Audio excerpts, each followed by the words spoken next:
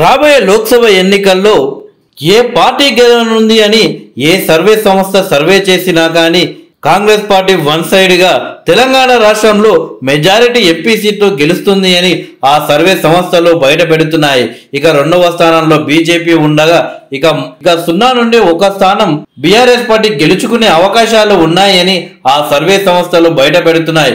ఇలాంటి నేపథ్యంలో బీజేపీ కేంద్ర నాయకులు సీఎం రేవంత్ రెడ్డి మధ్య మాటల యుద్ధం నడుస్తుంటే ఇక తెలంగాణ రాష్ట్ర నాయకుల విషయానికి వస్తే బీఆర్ఎస్ పార్టీ నుండి BRS working president KTR CM Revanth Reddy మధ్య బిగ్ ఫైట్ నడుస్తుంది. ఒకరిపై ఒకరు మాటల దాడులు చేసుకుంటూ తీవ్ర విమర్శలు చేసుకుంటున్నారు. తాజాగా బీఆర్ఎస్ వర్కింగ్ ప్రెసిడెంట్ పై సీఎం రేవంత్ రెడ్డి సంచలన వ్యాఖ్యలు చేశారు. ఎన్నికల ప్రచారంలో భాగంగా సీఎం రేవంత్ రెడ్డి గారు నిర్మల్ జిల్లా కేంద్రంలో నిర్వహించిన జనజాతర సభలో పాల్గొన్నారు. అసెంబ్లీ ఎన్నికలకు ముందు కాంగ్రెస్ ఏదైతే 6 గ్యారెంటీల హామీ ఇచ్చిందో అది ఇంకా నెరవేర్చలేదు, ఒక్క గ్యారెంటీ కూడా అమలవడం లేదు అని కేటీఆర్ చేసిన వ్యాఖ్యలకు CM Revanth Reddy strong counter ఇచ్చారు.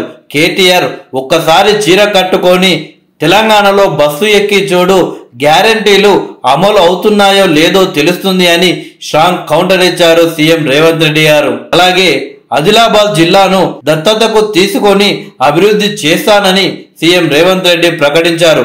ఆదిలాబాద్ DCI సిమెంట్ పరిశ్రమలు తెరిపిస్తామని హామీ ఇచ్చారు. కేంద్ర ప్రభుత్వం తెలంగాణకు గాడిద గుడ్డు తప్ప ఏమీ ఇవ్వలేదని ఆరోపించారు. 1,00,000 ఓట్ల మెజారిటీతో ఆదిలాబాద్ పార్లమెంటు స్థానాన్ని గెలుచుకుంటామని సీఎం రేవంత్ రెడ్డి స్పష్టం చేశారు. ఇలా సీఎం రేవంత్ రెడ్డి కేటీఆర్ పై చేసిన వ్యాఖ్యలు ఇప్పుడు సోషల్ మీడియాలో వైరల్ గా మారాయి.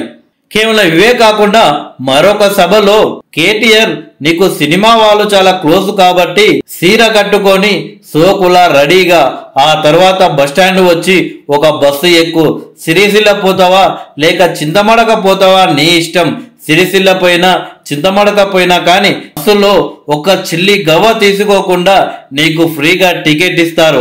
ఒకవేళ టికెట్ ఇవ్వకుంటే నువ్వు అన్నట్లు మా గ్యారంటీ అమలు కానట్టు, ఒకవేళ చిల్లి గవ్వ తీసుకోకుండా నీకు టికెట్ ఇస్తే మా గ్యారంటీ అమలైనట్లు అంటూ కేటీఆర్ పై కౌంటర్ అటాక్ చేశారు సీఎం రేవంత్ రెడ్డి. ఇప్పుడు ఈ వ్యాఖ్యలు సోషల్ మీడియాలో వైరల్ గా మారాయి.